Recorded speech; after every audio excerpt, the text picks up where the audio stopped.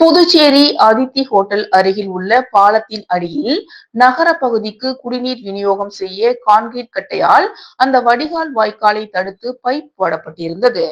இதனால் ரெயின்போ நகர், வெங்கடா நகர், கிருஷ்ணா நகர், செல்லா நகர், எழில் நகர், தேவகி நகர், ஜெகராஜ் நகர், சங்கரதாஸ் சுவாமிகள் நகர், வசந்தன் நகர், சூரியகாந்தி நகர் போன்ற பகுதிகளில் மழைக்காலங்களில் தண்ணீர் வடியாமல் இருந்தது.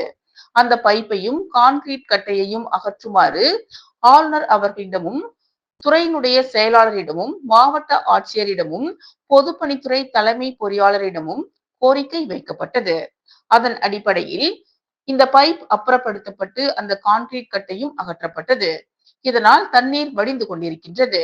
இதற்குண்டான ஏற்பாடுகளை கிருஷ்ணா நகர் மக்களும், ரெயின்போ நகர் மக்களும், திருமுடி சேதுராம் நகர் மக்களும் இணைந்து இந்த கோரிக்கையை கிருஷ்ணா நகர் பகுதியை சேர்ந்த பெற்றோர் மாணவர் சங்க தலைவர் நாராயணசாமியிடமும், பாரதிய ஜனதா கட்சியை சேர்ந்த முன்னாள் மாநில துணைத் தலைவர் ரவிச்சந்திரனிடமும் கோரிக்கை வைத்ததன் அடிப்படையில் அனைத்து அதிகாரிகளையும் ஆளுநரையும் சந்தித்து இந்த கட்டையை அகற்றுவதற்கு பாடுபட்டதன் அடிப்படையில் இந்த கட்டை அகற்றப்பட்டது.